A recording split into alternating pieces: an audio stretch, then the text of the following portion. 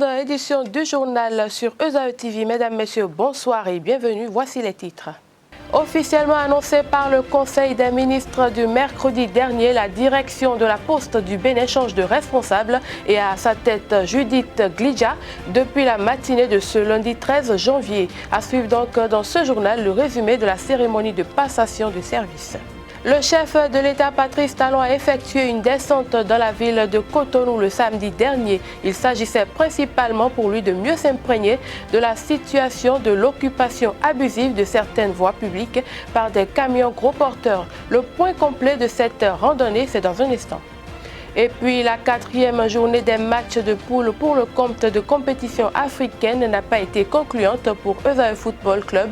Les poulains de Richard Biot ont en effet courbé l'échine devant Zanaco FC de la Zambie, 3-0 ce dimanche au stade national des Héros de Lusaka. Papa. Oui, ma fille. Tu sais, je t'ai dit qu'après mon bac, je veux devenir journaliste reporter d'images, non? Papa, tu penses m'inscrire où? ESAE. ESAE, papa. Waouh! Maman, maintenant que j'ai eu le bac, je veux faire les finances et trésors. Tu comptes m'inscrire où? ESAE, mon fils. ESAE? Oui, maman! Papa, Oui. tu sais qu'après mon bac, je veux être diplomate, non? Et tu comptes m'inscrire dans quelle université? Mais ESAE, naturellement. ESAE? À ESAE, vous êtes bien formé dans les filières comme administration du travail et de la sécurité sociale, administration générale et territoriale, administration des impôts, gestion des marchés publics, planification et développement local, droit et sciences économiques et de gestion. ESAE, c'est aussi sa télé numérique ESAE TV et son journal L'Informateur. ESAE, c'est à Bedjromede, 3e rue après le carrefour 16 ampoules allant à Jericho. Numéro de téléphone 98 98 14 00 96 80 55 11 90 93 65 21. ESAE, l'excellence a un nom.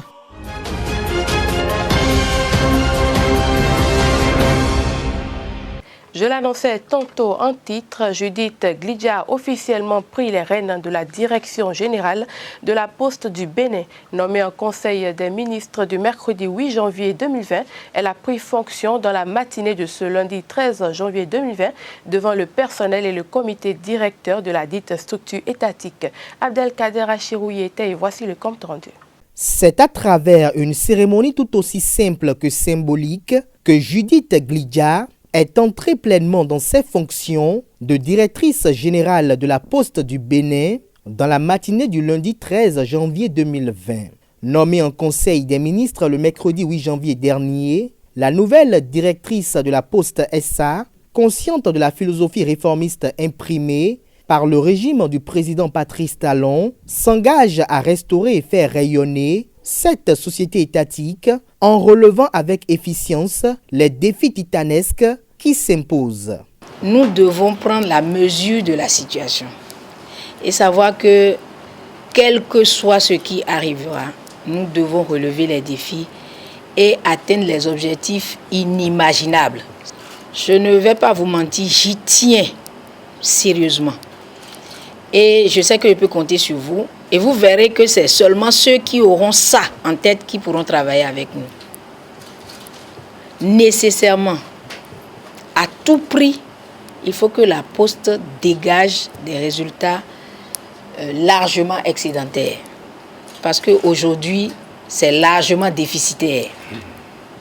Mais on n'a pas peur. D'accord, je sais, il ne faut pas qu'on ait peur. N'ayez pas peur. Nous pouvons y arriver. Je sais que je peux compter sur vous. Et ça en présence donc des autorités donc, du ministère. Et ces autorités donc, ont installé confortablement donc, madame à son poste de directrice générale donc, de la Poste donc, de Bénin. Je voudrais tout simplement maintenant demander aux collègues ici présents et ailleurs de travailler donc, pour accompagner, comme je le disais aujourd'hui au drapeau, pour accompagner donc, la nouvelle directrice. La nouvelle directrice générale de la Poste SA, à l'entame de ses propos, a témoigné toute sa gratitude à l'endroit du ministre de la Communication et des Postes et surtout au président Patrice Talon pour la grande confiance exprimée à travers cette nomination. Nous savons tous au Bénin, depuis que le président de la République a pris ses fonctions, ce qu'il est en train de faire de nos entreprises publiques. Normalement, on devrait avoir un expatrié à la tête de la poste pour redresser. Mais il a choisi de replacer sa confiance en nous. Pour moi, c'est rempli d'un grand sens. Et nous devons prendre la mesure de la situation. Elle a même d'abord vu juste le souci du chef de l'État de redonner encore une fois la chance aux Béninois de montrer leur capacité, de démontrer de quoi elles sont capables. Et c'est à travers une femme montrer aussi que il veut aussi constater la qualité de la femme par rapport à nous les hommes. Elle a dit à l'interne, elle a réitéré devant vous que son besoin est que nous changions le visage à cette poste-là. Et qu'à la fin de cette année déjà, non, en début 2021, qu'on constate que c'est une autre poste du Bénin. Ça veut dire que la poste du Bénin renaît. L'ambiance a été conviviale et très enthousiaste. Des remerciements ont été adressés aux parents, aux amis et aux partenaires politiques qui ont témoigné de leur soutien à travers leur présence. Après le rituel de prise de charge, le personnel a saisi l'occasion pour présenter ses bons vœux à la nouvelle directrice générale. Rappelons que la vision de la Poste du Bénin SA se résume comme suit: bâtir une entreprise nationale des services postaux et financiers, la meilleure pour la clientèle, par le dynamisme de son personnel et la qualité de ses prestations. Le chef de l'État, Patrice Talon, a fait une descente dans le quartier d'Akpakpa le samedi dernier, accompagné d'une forte délégation dont le ministre du Cadre de Vie, José Tonato, le préfet du Littoral, Jean-Claude Kodjia, et le maire intérimaire de Cotonou, Isidore Nyolonfou.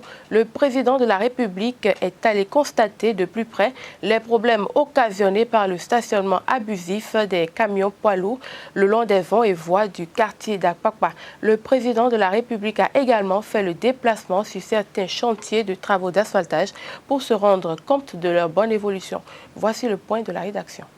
Les problèmes liés au stationnement tous azimuts des camions poids lourds qui constituent un obstacle à la libre circulation des personnes et des biens dans la ville de Cotonou ont connu l'intervention efficace du chef de l'État, Patrice Talon, le samedi dernier. En effet, descendu sur le terrain avec le ministre du Cadre de Vie, José Tonato, le préfet du Littoral, Claude Kodjia, le maire par intérim de Cotonou, Isidore Nyolonfou, le président de la République a pu toucher du doigt la dure réalité du problème susmentionné. Autant que cela a été possible, il a engagé le dialogue avec les propriétaires qui n'ont pas fait de difficultés pour promettre de libérer les voies, les voies et autres espaces abusivement occupés. Saisissant l'occasion de cette descente, Patrice Talon a également visité quelques chantiers des travaux d'asphaltage dans Akpakpa. Si, mis à part les quelques observations qu'il a eu à faire, les travaux vont bon train, il faut préciser qu'à chaque étape de son périple, le chef de l'État a reçu l'expression de la reconnaissance de ses citoyens pour la marche vers le développement enclenché. En faisant cette sortie, le président de la République, Patrice Talon, a fait d'une pierre plusieurs coups et vient une fois encore de prouver son attachement au mieux-être des Béninois et au développement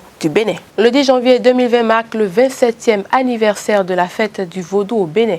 Cette spiritualité bâtie sur l'harmonie des 4 éléments divinatoires, à savoir l'air, la terre, l'eau et le feu, et du culte des ancêtres, est devenue ces dernières années un rendez-vous incontournable dans l'agenda touristique du pays, à tel point qu'il est férié depuis 1998. Quelle est la perception sociale du Vaudou? Le Vaudou est-il Dieu? Élément de réponse dans cet élément que nous vous proposons.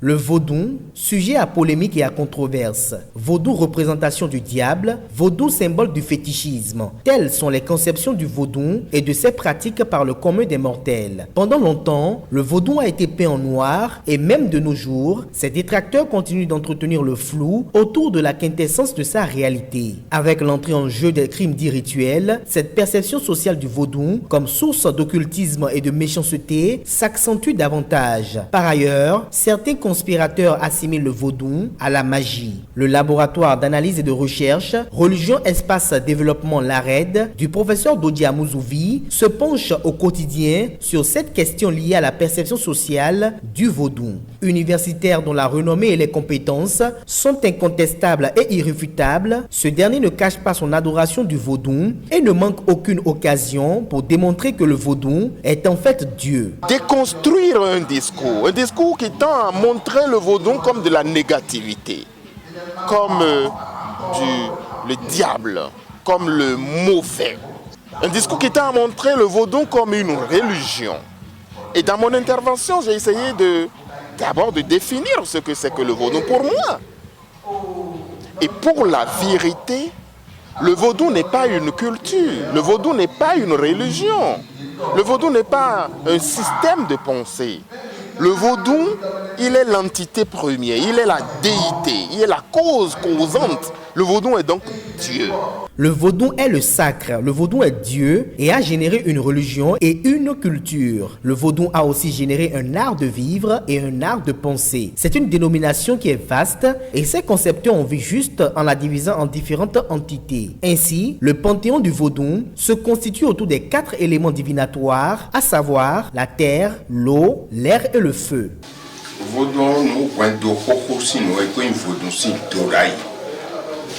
dagbo mitan le o dagbo togbo mitan le no sen dada le kwa pon e na dupli vodun ni akwana kwa pa mi nu wa kwe na hu bonu na hu koklo nu na hu imbu nu mo yin si doda yene.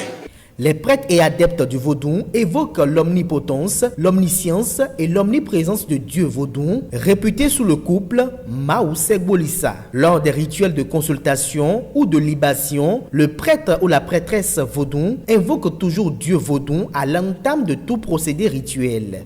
Le fer est l'élément clé que les 4 identités du monde utilisent. Vaudou Revioso, qui est le dieu du tonnerre, l'utilise pour terrasser et punir les ennemis.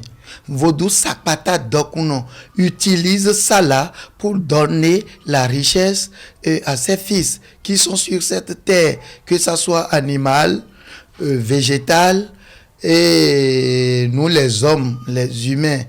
Il y a aussi le Sebolissa qui est le jour.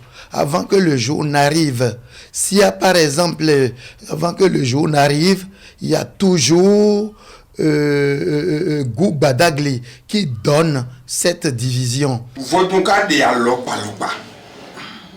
Besi topi agasu dion, renu ton ko insinto. To vodun dion, ren ton ko insinto, point to hosu.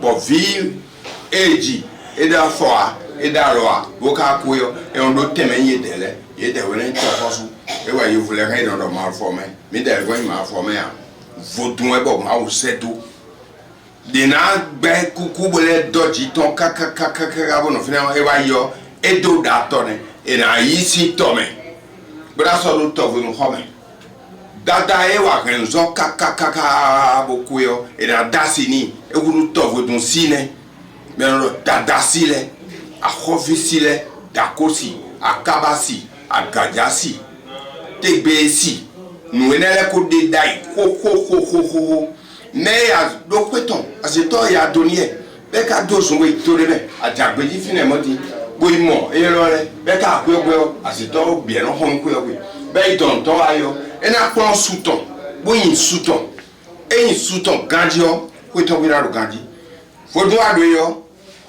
Asiwa vodongo oso ntoli oku ro meli ebi ba mi ru menen mi asido mo asido aveve awao vodon e ton ketoa e gbero mi kun ton ketoa no wa ko to mo ro sun ketoa yo ketoa we do we no wa yo me ro ketoa yo ko mo je mele vo e ro wi lo ketoa e we son me no ro ketoa ko ri de ko awao ntum bero bi ba mi ya me ntum sumo ya yo ya ntum wa me ko le mi no izi ene o na ko le wo de so o vi me de so nu ya le bi me.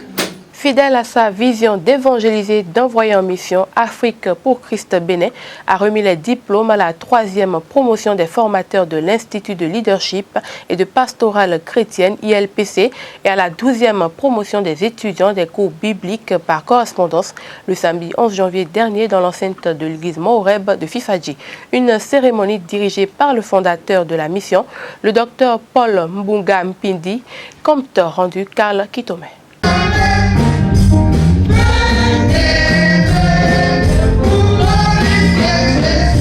Ces 28 étudiants de l'Institut de leadership et de la pastorale chrétienne de la mission Afrique pour Christ Bénin ont reçu leur diplôme de fin de formation le samedi 11 janvier dernier dans l'enceinte de l'église Moreb à Fifadji. Combien même que je suis appelé, combien même que j'ai été choisi par Dieu, combien même que j'étais consacré, combien même que j'ai eu certaines formations, j'ai ce désir, cette soif de connaître ce Dieu que je voudrais le servir davantage, afin de bien le servir. Et ce désir, cette soif m'a mené à faire cette recherche m'a conduit vers la mission Afrique pour Christ et principalement vers la formation ILPC. C'est ainsi que je me suis rapproché auprès de la mission pour me renseigner. Et quand je me suis renseigné, mon cœur m'a dit, cette formation est utile, est très importante pour toi, il faut le faire. Et je me suis inscrit à cette formation. Je n'ai pas vu les années, mais je me suis inscrit à cette formation. Et quand je me suis inscrit à cette formation, il y a certains cours qui m'ont donné un plus, il y a certains cours qui m'ont donné des connaissances pour ce que j'ignorais. Je vais encourager aussi tous les leaders, même si je n'ai pas formé, même si c'est important, de prendre ce cours, de participer à ce cours. C'est très important pour nous de préparer les relais et de travailler, comment travailler avec nos collaborateurs dans les bonnes conditions. Près de 300 étudiants de la catégorie cours biblique par correspondance ont également reçu leur certificat au cours de la célébration.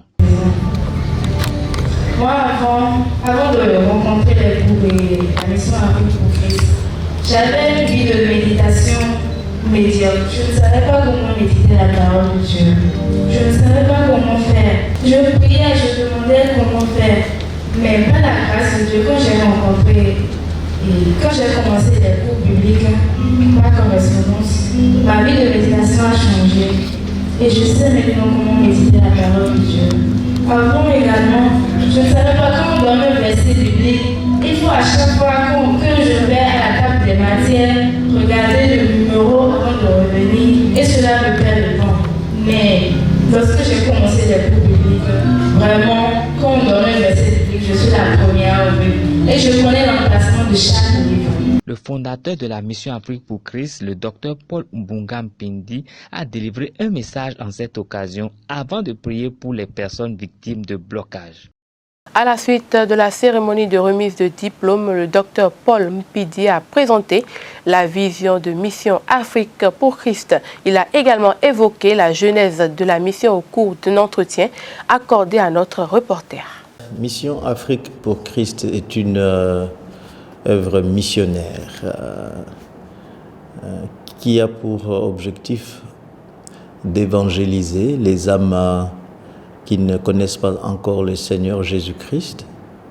Mais une fois évangélisés, il faut encore enseigner ces âmes à connaître la profondeur de la parole de Dieu. Et finalement, une fois que ces âmes, quand je dis connaître la profondeur de la parole de Dieu, je ne parle pas seulement d'une sorte d'enseignement livresque, mais plutôt une sorte d'enseignement à la fois qui est biblique, mais aussi un enseignement qui met l'accent sur la profondeur de la relation personnelle avec le Christ. Une sorte de discipolat d'obéissance par rapport à Jésus qui se fondé sur la Bible. Et finalement, une fois qu'on a évangélisé et enseigné, il faut aussi envoyer ces mêmes personnes qui ont été gagnées afin qu'elles aillent aussi gagner les autres pour Christ. C'est une vision que le Christ a mise dans mon esprit, dans mon âme, depuis plus de 20 ans. Et puis, finalement qui s'est réalisé il y a plus de 5 ans maintenant que Mission Afrique pour Christ existe. Nous sommes un ministère, comme je dis, qui se passe ici en Afrique chez nous. Bien que nous, personnellement, nous soyons basés aux États-Unis, mais nous sommes là et nous travaillons au Congo, en Centrafrique, au Bénin, en Côte d'Ivoire et puis dans plusieurs autres endroits. Parce que c'est le Seigneur qui me l'a donné en une sorte de vision pendant la journée. Le Seigneur m'a demandé d'aller, d'apporter Jésus à des millions. Je ne savais pas comment le faire et donc j'ai attendu. Voilà un peu comment la mission est née. Donc le Seigneur m'a montré des milliers et des millions de gens chez nous en Afrique francophone. Et puis voici, avant de fermer cette édition, la page sport suivie de la page inter de ce lundi. Fin de parcours pour ESAE Football Club en compétition africaine. Le représentant historique du Bénin en phase de groupe de la Coupe de la Confédération s'est incliné face à Zanaco FC de la Zambie, 3-0 ce dimanche au stade national des héros de Lusaka lors de la 4e journée des matchs de poule. Les universitaires ont pourtant contenu leurs adversaires pendant la première période avant de fléchir en seconde mi-temps. À 2 journées du thème des matchs de groupe, cette 3e défaite met fin au rêve des quarts de finale des poulains de Richard Bio. L'entraîneur du club universitaire débriefe le match et fait le point de la première participation en compétition africaine. En gros, je retiens que l'adversaire était beaucoup plus mature que mes joueurs, c'est-à-dire on constate que c'est des habitués de la compétition. Par contre, chez moi, c'est une jeune équipe qui commence par apprendre le niveau continental, le niveau international. Mais il faut reconnaître aussi la qualité de l'adversaire. C'est un adversaire qui vraiment a déroulé, surtout en seconde partie. Il faut leur reconnaître cela. Je crois qu'au vu du score, le score est un peu élevé, mais dans l'ensemble, par rapport au contenu de ce que nous allons présenter ce soir, Zanaco méritait de gagner. Parce que si nous on avait été aussi un peu réalistes, on aurait aussi marqué 1 ou 2 buts. Dans l'ensemble, nous retenons que nous sommes en train de faire une très belle compétition. L'objectif au fait principal pour notre équipe, c'était d'atteindre la phase de poule. Et dès lors que nous avons atteint la phase de poule, on considère que notre objectif a été atteint. Mais par contre, quand nous rentrons dans la phase de poule, nous rentrons dans une poule un peu compliquée, où jeune équipe des AE qui fait sa première expérience dans une compétition de ce genre se retrouve dans une poule où il y a les habitués de la compétition, Zanaco, Renaissance sportive de Berkane et Dari Motema Pembe. Donc c'est des grands noms, des habitués de la compétition. Donc dans l'ensemble, nous retenons que nous avons appris beaucoup et qu'il va falloir les prochaines fois essayer de hausser notre niveau de jeu et puis étoffer aussi notre effectif parce que vous voyez, on n'a que de jeunes joueurs. Donc désormais, la leçon que nous retenons, c'est que quand vous arrivez à ce stade de phase de poule, il va falloir faire avec des joueurs un peu beaucoup plus expérimentés. Voilà ce que je retiens dans l'ensemble. Au classement, dans la poule C, ESAE est 4e avec 1 point derrière Zanaco, 6 points. Et les leaders Renaissance sportive de Berkane, Daring Club Motema Pembe. Pour boucler cette édition, voici une compilation de l'actualité hors de nos frontières. Démarrons cette compilation de l'actualité internationale par l'ONU qui a suspendu le droit de vote pour 10 pays à l'Assemblée nationale. La nouvelle a été donnée par le porte-parole de l'organisation le vendredi 10 janvier. Ces pays ont accumulé plusieurs arriérés dans leur contribution obligatoire au budget de cette institution. À travers l'article 19 de la Charte des Nations Unies, sont suspendus de leur droit de vote tous les pays dont le montant des arriérés est égal ou supérieure à la contribution due pour les 2 dernières années. Même si la Somalie, les Comores et Sao Tomé et Principe ont été épargnés l'année dernière, cette année, ces 3 pays n'échapperont pas à la sanction. La Centrafrique, la Gambie, le Liban, le Lesotho, le Tonga, le Venezuela et le Yémen ont également été suspendus ce vendredi pour la 74e Assemblée. Cette décision déplaît notamment aux autorités libanaises qui appellent à une solution solution rapide. Selon elle, cette suspension pourrait porter atteinte aux intérêts du Liban, à son prestige et à sa réputation. L'ONU, faut-il noter, fait face à une crise de financement depuis de nombreux mois, voire plusieurs années. Au Niger, le Conseil national de sécurité a rendu public une communication sur les événements tragiques du camp militaire de Chinagodé. 89 soldats ont été tués lors de l'attaque terroriste du dit camp à l'ouest du Niger, près de la frontière malienne. Un chiffre confirmé par le gouvernement nigérien 4 jours après l'attaque. À travers une annonce lue à la radio publique nationale, Zakaria Abdouraham, le porte-parole du gouvernement, a rendu un hommage aux soldats morts officiellement lors des combats. Selon ce dernier, 77 djihadistes ont été neutralisés à Chinagodé. Par la même occasion, un deuil de 3 jours a été décrété à partir de ce lundi 13 janvier. Les drapeaux seront ainsi mis en berne sur toute l'étendue du territoire national. Au Mali, un accord a été trouvé et signé entre la coordination des mouvements de l'Azawad et la plateforme ce dimanche 12 janvier. C'est pour la sécurité de la ville de Ménaka dans le nord du pays. Ainsi, cet accord va mettre fin à la circulation des armes, les sécurités, les violences intercommunautaire. Il faut ajouter que des représentants de forces françaises Barkhane et de la mission de l'ONU du Mali ont insisté à la signature de l'accord. Pour finir, allons en Israël où le Parti travailliste israélien et le parti de gauche Meretz ont annoncé ce lundi 13 janvier leur alliance en vue des élections législatives du 2 mars pour contrer le premier ministre de droite Benjamin Netanyahou. Ami Perez et Nitzan Horowitz ont, à travers un communiqué commun, fait savoir qu'ils présenteront une liste commune nommée Emet, qui veut dire vérité pendant les prochaines élections.